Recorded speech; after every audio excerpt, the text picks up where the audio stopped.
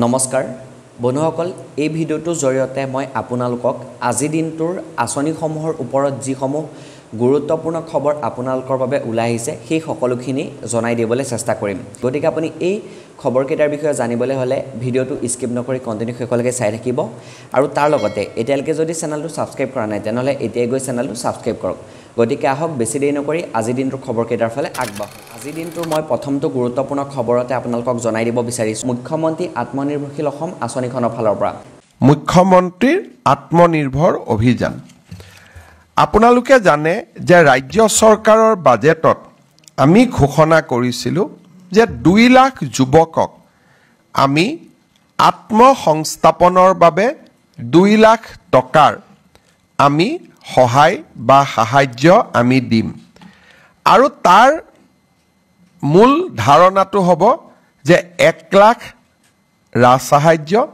আৰু 1 লাখ টকাৰ ঋণ কিন্তু ঋণো খুব 5 বছৰত সৰু সৰু ইনষ্টলমেণ্টত উইদাউট ইণ্টাৰেষ্ট আমাক উভতাই দিব তাৰমানে এটা মাহত খুব বেছি ক'ব গ'লে 4,000 টকা ইনষ্টলমেণ্ট হ'ব আৰু তাত কোনো সুদ নাথাকিব 2 লাখ টকালৈকে যোৱাৰ 2 লাখ যুৱকলৈকে যোৱাৰ আগতে আমি প্ৰাৰম্ভিকভাৱে 25,000 যুৱকক এই সাহায্য আগবঢ়াইছিলোঁ তেওঁলোকক প্ৰথমতে আমি যোৱা বছৰ 1 লাখ টকা আগবঢ়াইছিলোঁ আৰু এই বছৰ আমি তেওঁলোকক 1 লাখ টকাৰ দ্বিতীয় কিস্তি প্ৰদান কৰিম সেপ্টেম্বৰ অক্টোবৰ মাহত কিন্তু তাৰ আগতে এই গোটেই ব্যৱস্থাটো যাতে যুৱক যুৱতী সকলে বিশেষকৈ একাংশ যুৱক যুৱতীয়ে যাতে মোবাইল আদি কিনাত খৰচ নকৰে আৰু তেওঁলোকক যাতে আমি সঁচাকৈ মেন্টৰিং কৰিব পাৰো ভাল কাম কৰাৰ কাৰণে সেইকাৰণে আমি গোটেই ৰাজ্যতে সিএম ফেলো আমি নিযুক্তি কৰিছিলোঁ আৰু সিএম ফেলো সকলে এই সাহায্য পোৱা বা আত্মনিৰ্ভৰ অসমত লোন আৰু সাহায্য পোৱা যুৱকসকলৰ লগত কথা বতৰা পাতি থাকে ফলো আপ কৰে এই ব্যৱস্থাৰ কাৰণে এইবাৰ আমি ৰাজ্যখনত বহুতো সিএম ট্ৰিপল এ পোৱা যুৱক যুৱতীয়ে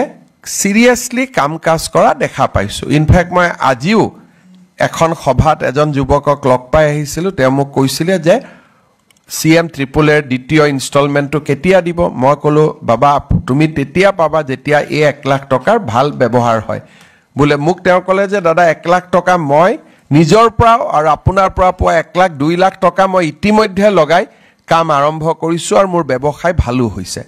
গতিকে ই এটা খুব ভাল এখন আঁচনিত পৰিণত হৈছে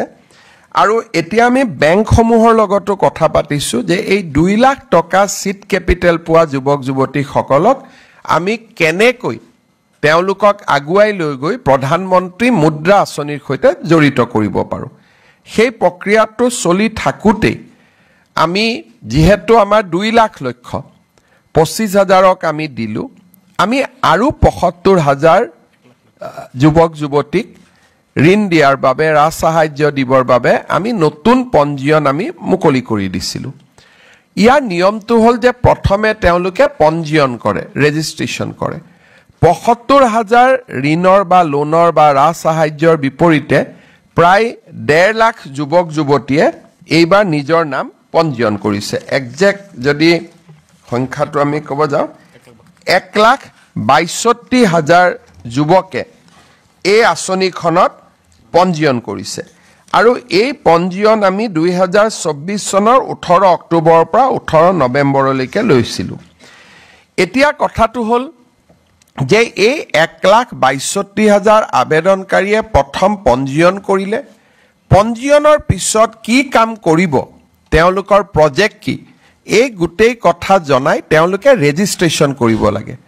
আজি আমি এই ৰেজিষ্ট্ৰেচন পৰ্টেলটো মুকলি কৰি দিছো আৰু ই এমাহৰ বাবে খোলা থাকিব এই এমাহৰ ভিতৰত 1,62,000 যুৱক যুৱতী যোনে পঞ্জীয়ন কৰিছিল তেওঁলোকে আবেদন কৰিব লাগিব আবেদনত অলপ ডিটেইলছ লাগিব আৰু আবেদন কৰাৰ পিছতে আমি তেওঁলোকৰ ইন্টাৰভিউ আৰম্ভ কৰিব পাৰিম 1,62,000ৰ ভিতৰত 75,000 যুৱক যুৱতীক আমি নিৰ্বাচিত কৰিম তাৰমানে 2:1 দুজনৰ বিপৰীতে এজনে ঋণ পাব আজি আমি পৰ্টেলটো মুকলি কৰি দিলো সকলোৱে ইতিমধ্যে পঞ্জীয়ন কৰিছে